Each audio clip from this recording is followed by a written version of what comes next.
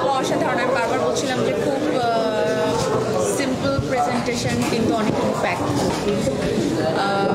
কম চলচ্চিত্র নির্মিত হয় আমাদের দেশে, যেখানে আমাদের বাবা মার সাথে আমাদের বন্ডিং, আমাদের আশেপাশে খুব সাধারণ জিনিসকে তুলে ধরা, এই ধরনের ইমোশনাল গল্প আমরা খুব কম পাই। অ্যাকশন, রোম্যান্টিক গল্প, চারিদিকে এই ধরনের গল্পই।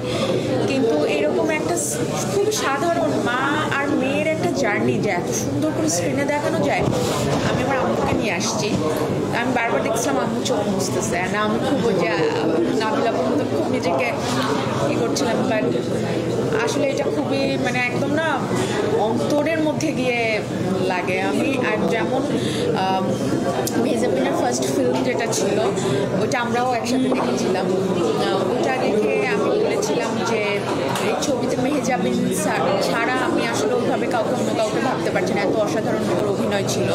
প্রিয় মালতী আর সাবা দেখেও আমার মনে হয়েছে যে সাবা এবং প্রাচী আপার অভিনয়, ও মাই গড কি অসাধারণ অভিনয় প্রাচী আপার।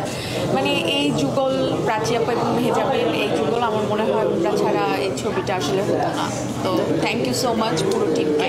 অসাধারণ পরিচালনা এবং অন্যান্য সিনেমা মানে ফটোগ্রাফি অ্যান্ড এভরিথিং খুব খুব ভালো ছিল। না আমার কাছে এখানে অ্যাক্টিংয়ে তোমা তুমিও খেয়াল করছো কিনা বা তোমার অবজারভেশন এটা মনে হয়েছে কিনা, সবার অ্যাক্টিং কিন্তু খুবই মাইল্ড ছিল। মানে কিছু কিছু সিন ছিল প্রাত্যহিক জীবনের সিন, চলাফেরা অ্যাক্টিভিটিস, কোনো ডায়লগ নাই, ফেশিয়াল এক্সপ্রেশনগুলো একটা খুব মানে ওভার কিছু